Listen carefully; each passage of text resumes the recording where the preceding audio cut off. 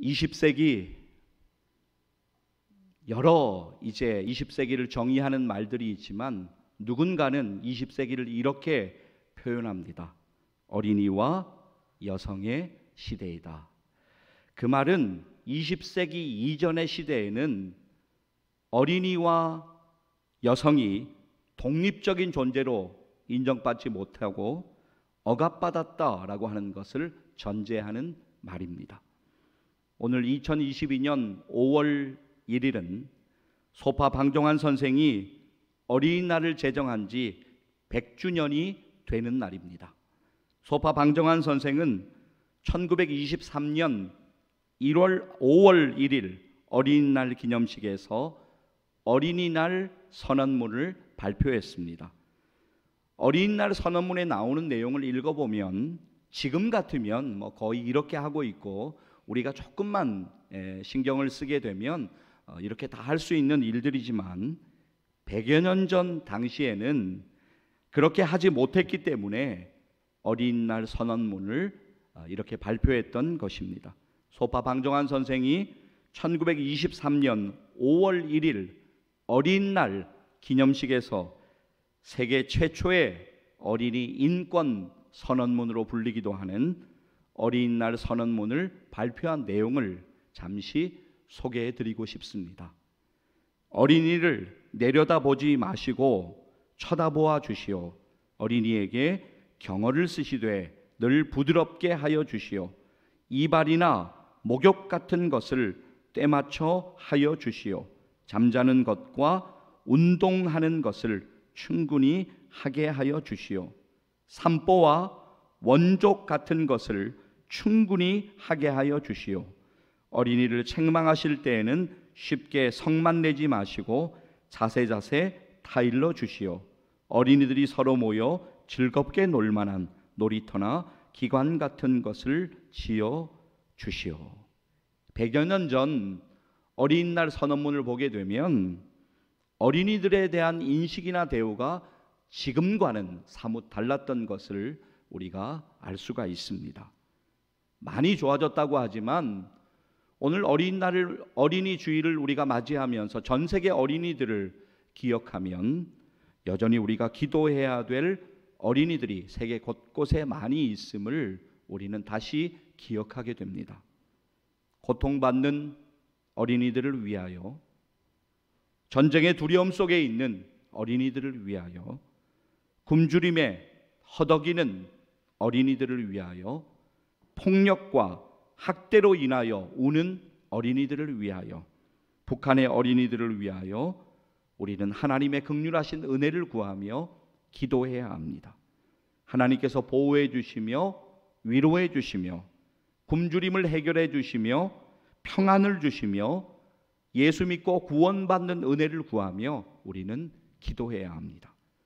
여러분, 그렇다면 예수님 당시에 유대인 사회에서 어린이는 어떻게 인정받는 그러한 존재였을까요?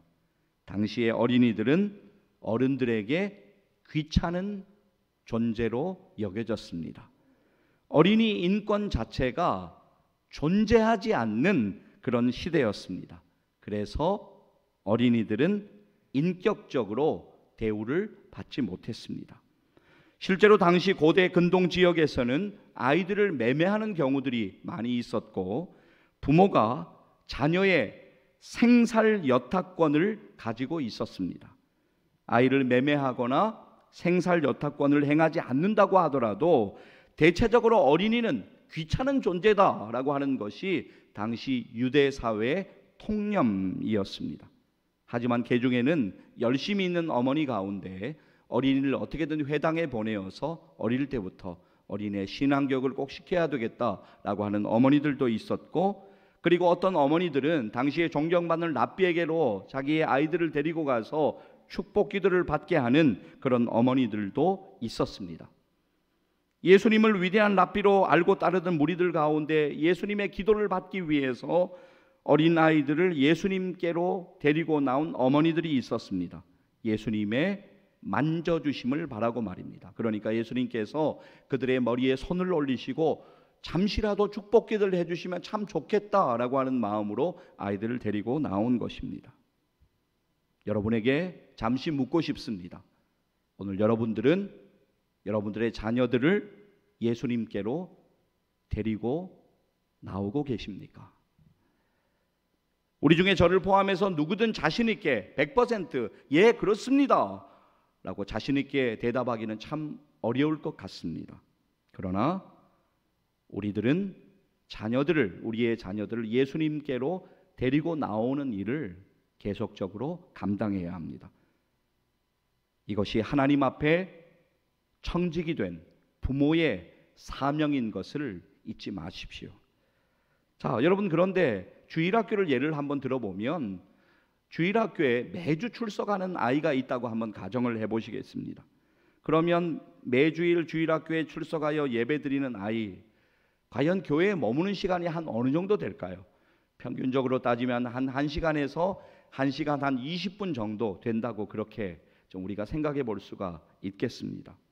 그렇다면 교회 주일학교 교육을 통하여서 아이의 신앙교육과 아이의 믿음 훈련을 전적으로 의존하는 것은 결코 쉽지 않은 일입니다. 교회 강습회 강사로 유명한 배경 목사가 코로나 시즌 말고 코로나 시절 이전에도 계속적으로 한 주도 교회에 빠지지 않고 나오는 주일학교 아이가 과연 1년에 어느 정도나 교회를 나오는 것일까 계산을 한번 해보았습니다. 계산을 해보았더니 1년 356일 중에서 5일 혹은 6일을 교회에 나오는 것으로 그렇게 계산이 되었습니다. 나머지 시간은 학교를 가거나 학원에 가거나 아니면 가정에서 많은 시간을 보내게 된다라고 하는 것이죠. 그래서 가정에서 보내는 시간이 참으로 많기 때문에 부모의 역할이 참으로 중요하다라고 하는 것이 새삼 우리 가운데 대두되고 있는 것입니다.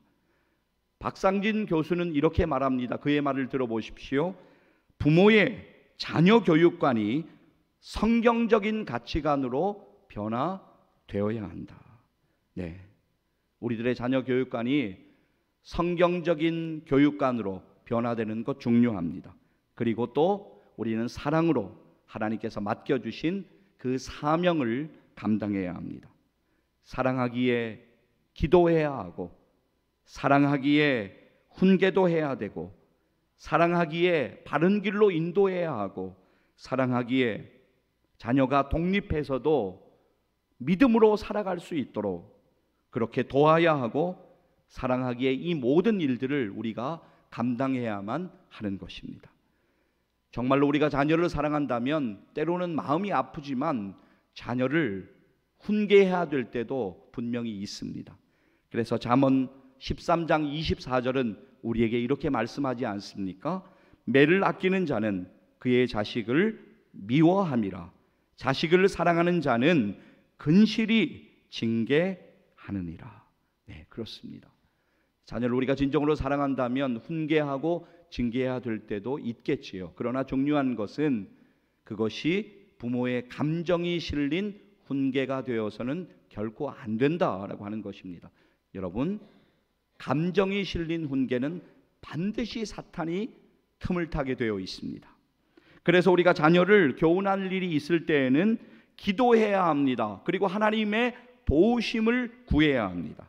왜냐하면 우리가 자녀를 훈계하는 가장 큰 목적이 무엇입니까? 그것은 그가 올바른 방향으로 갈 수 있도록 도와주기 위함인 것입니다.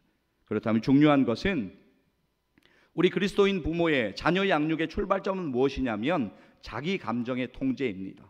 이거 참 어려울 때가 있지요.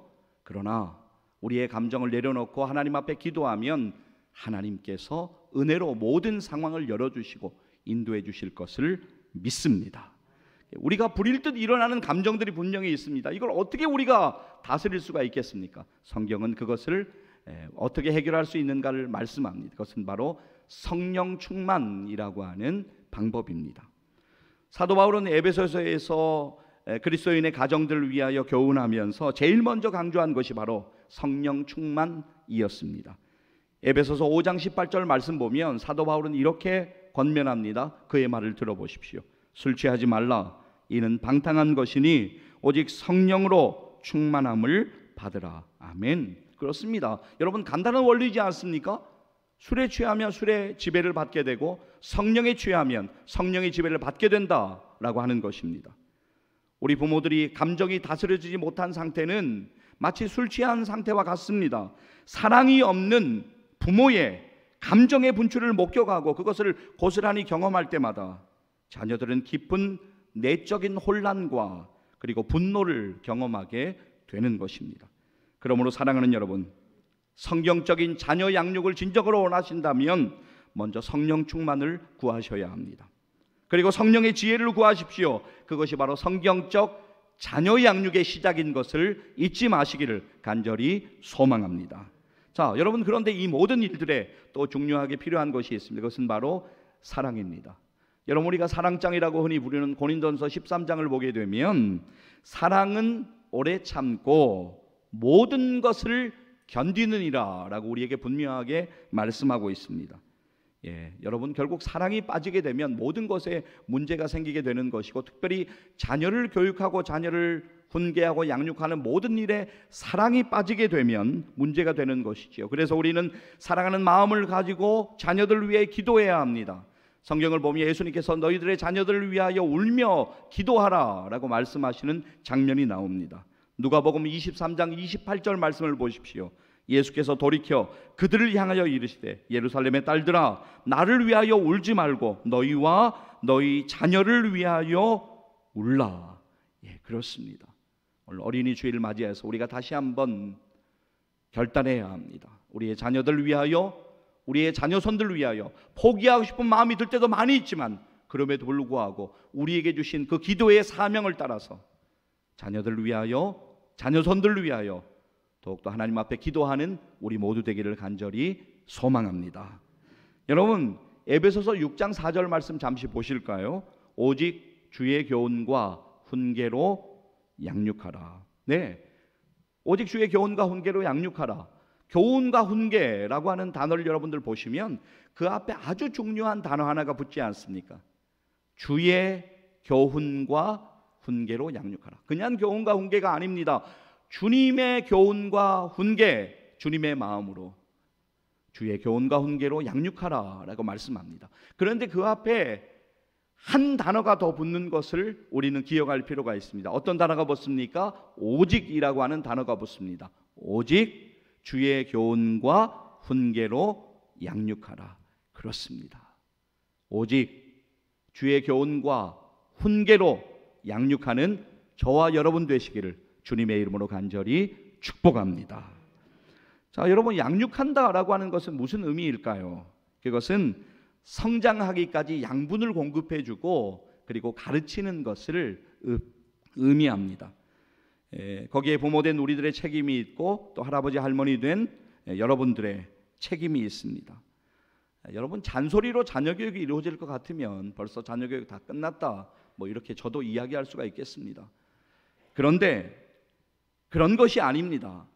우리의 자녀들이 진지한 믿음의 삶을 살기를 우리가 원한다면 우리는 부모 자신이 먼저 진지한 믿음의 삶을 살아야 합니다. 원리는 너무나도 간단합니다.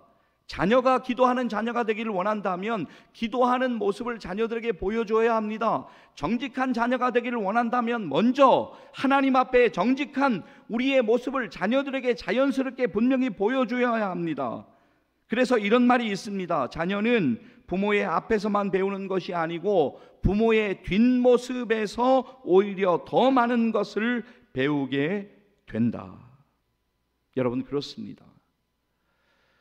오늘 어린이 주일에 물론 주일학교 어린이들, 또 우리가 아는 어린이들 기억하며 우리가 기도하고 또 말씀을 나누지만, 여러분들 가운데 자녀들 있으시는 분들은 오늘 이 말씀을 믿음으로 우리가 함께 붙잡았으면 좋겠습니다.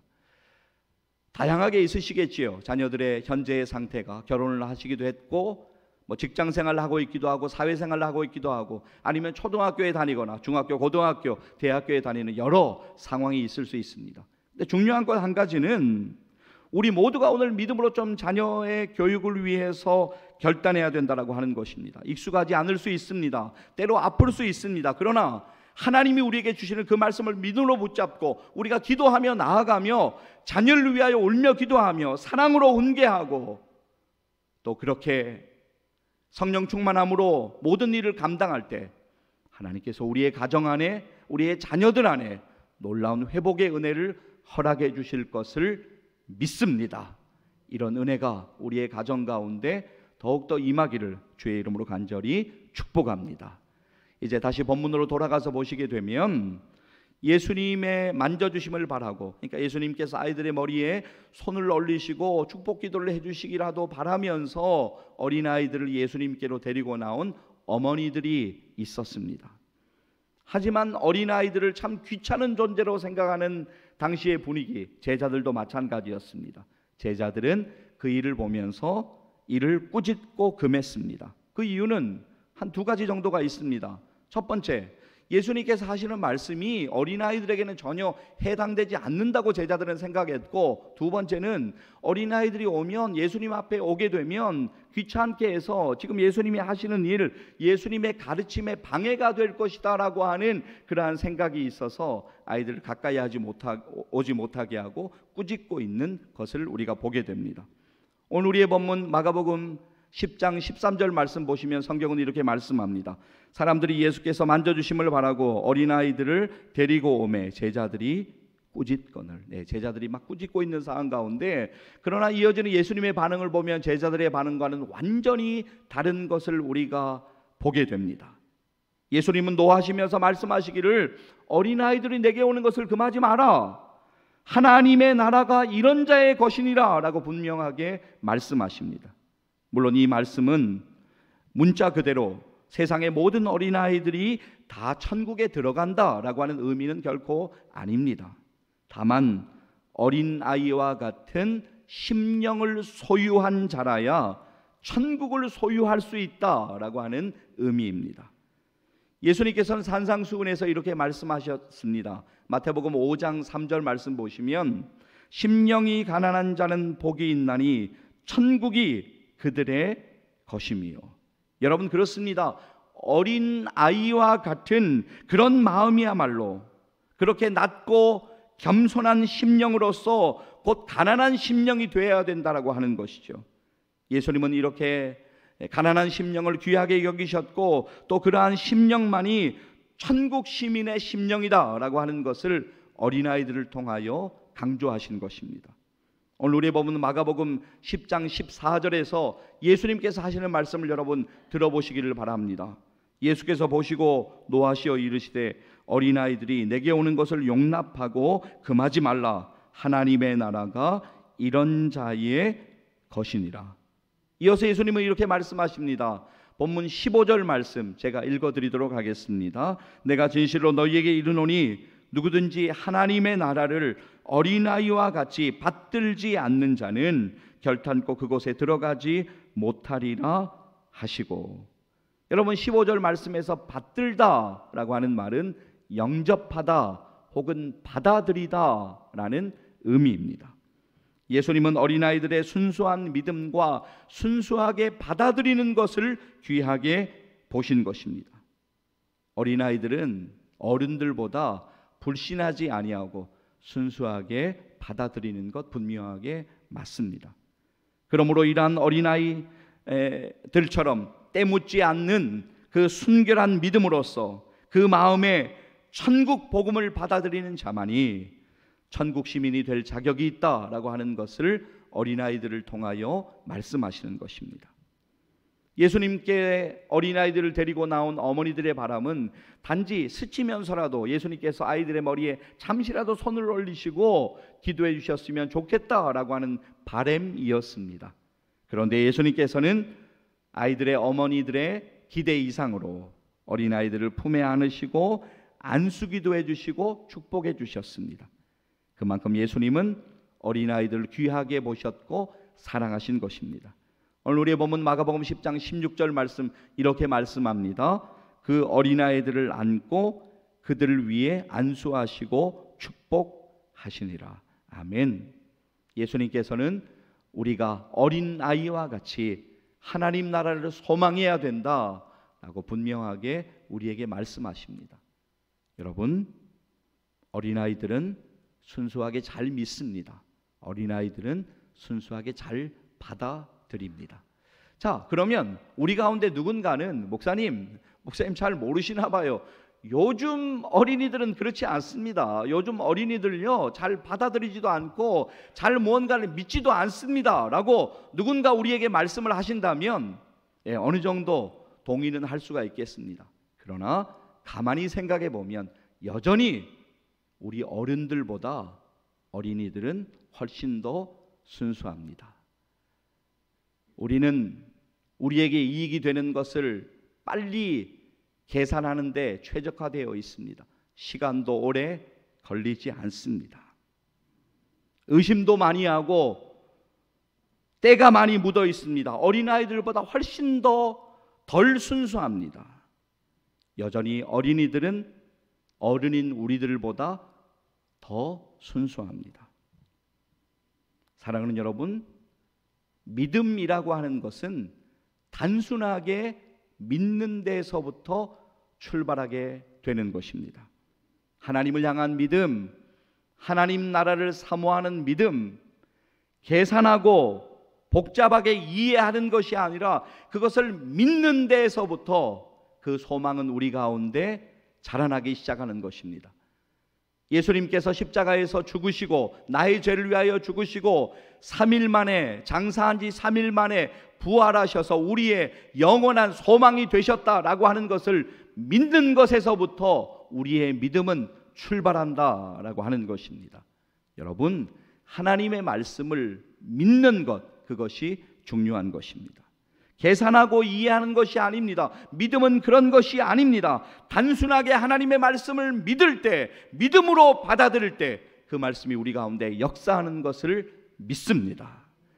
성경 요한복음 1장 12절 말씀, 여러분들 잘 아는 말씀이죠. 우리 함께 보면서 좀 읽도록 하겠습니다. 영접하는 자, 곧 그 이름을 믿는 자들에게는 하나님의 자녀가 되는 권세를 주셨으니. 아멘. 그렇습니다. 예수 그리스도를 영접하고 믿는 자는 하나님의 자녀가 되는 권세를 주신다 분명하게 말씀하십니다. 요한계시록 3장 20절 말씀 함께 읽도록 하겠습니다. 볼지어다 내가 문 밖에 서서 두드리노니 누구든지 내 음성을 듣고 문을 열면 내가 그에게로 들어가 그와 더불어 먹고 그는 나와 더불어 먹으리라. 아멘. 어린아이들처럼 단순하고 순수하게 예수님 믿는, 예수님을 영접하고 믿는 우리 모두 되기를 간절히 소망합니다. 마태복음 21장을 보게 되면 육신적인 장애가 있는 사람들이 예수님께로 나옵니다. 예수님께서 그들을 은혜로 고쳐주십니다. 그런데 고통받는 자들에게 자유를 주시고 고쳐주신 그 일을 보면서 예수님을 어떻게든 십자가에 못 박아 죽이려고 하는 대제사장들 그리고 서기관들 뭐라고 이야기하냐면 예수님을 신랄하게 비판하면서 그리고 어린아이들이 하는 이야기도 이게 도대체 뭐냐 뭐 이런 논리를 펼치면서 막 이야기하는 장면이 나옵니다. 그리고 어떤 일이 있냐면 성전에서 어린아이들이 소리를 질러서 호산나 다윗의 자손이여 이렇게 예수님을 향하여 외치는 장면이 나옵니다. 그러니까 대제사장과 서기관들이 막 어린이들 향하여 노했다라고 성경은 말씀합니다. 노했다라고 하는 것은 화를 냈다라고 하는 뜻이지 않습니까? 그렇게 화를 내면서 어린이들이 그렇게 하지 못하도록 호산나 다윗의 자손이여 그렇게 하지 못하도록 지금 막 막고 있는 그런 상황이 벌어지는 것입니다. 마태복음 21장 15절 말씀 잠깐 보시겠습니다. 대제사장들과 서기관들이 예수께서 하시는 이상한 일과 또 성전에서 소리질러 호산나 다윗의 자손이여 하는 어린이들을 보고 노하여. 그들은 지금 비아냥거림으로 뭐라고 이야기하냐면 예수님에게 이렇게 이야기하는 거예요. 어린아이들이 하는 말을 듣습니까? 뭐 이렇게 지금 묻습니다. 바로 다음 절인 마태복음 21장 16절 앞부분을 보십시오. 예수께 말하되 그들이 하는 말을 듣느냐. 그렇게 그들이 말하니까 예수님께서는 악독과 가식으로 가득 찬 대제사장과 서기관들을 향하여서 시편 8편 2절의 말씀을 인용하시면서 이렇게 말씀하십니다. 마태복음 21장 16절 말씀 제가 읽도록 하겠습니다. 예수께서 이르시되 그렇다 어린 아기와 젖먹이들의 입에서 나오는 찬미를 온전하게 하셨나이다 함을 너희가 읽어본 일이 없느냐 하시고, 성전에서 예수님을 바라보면서 순수한 심령으로 호산나 다윗의 자손이여 이렇게 외쳤던 어린아이들의 모습, 그 모습을 우리가 기억했으면 좋겠습니다. 사랑하는 여러분, 오늘 저와 여러분의 믿음은 과연 어떻습니까? 우리들의 믿음의 모습은 과연 어떻습니까? 예수님을 처음 믿었을 때보다 순수함을 많이 잃어버리지는 않으셨습니까? 예수님을 처음 믿었을 때보다 우리의 심령에 무언가 낀 것 같은, 때가 낀 것 같은 그러한 상태는 아니십니까? 여러분, 오늘 우리들에게 필요한 것은 무엇일까요? 믿음 생활의 연륜입니까? 아니면 해박한 성경 지식입니까? 아니면 다른 사람의 허물을 지적하고 정죄하는 날카로운 이성과 혀입니까? 아닙니다. 사랑하는 여러분, 오늘 우리들에게 필요한 것은 어린아이와 같이 순수하고 전적으로 하나님을 신뢰하는 믿음이 필요합니다. 어린아이들처럼 순수하게 하나님을 바라보고 하나님의 나라를 소망하기를 바랍니다. 사랑하는 성도 여러분, 어린아이들과 우리의 자녀들을 위하여서 울며 기도하고 하나님의 긍휼하신 은혜를 구하시고 순수하게 어린아이와 같은 믿음으로 남은 생에 믿음 생활하시기를 주의 이름으로 간절히 축복합니다. 기도하시겠습니다.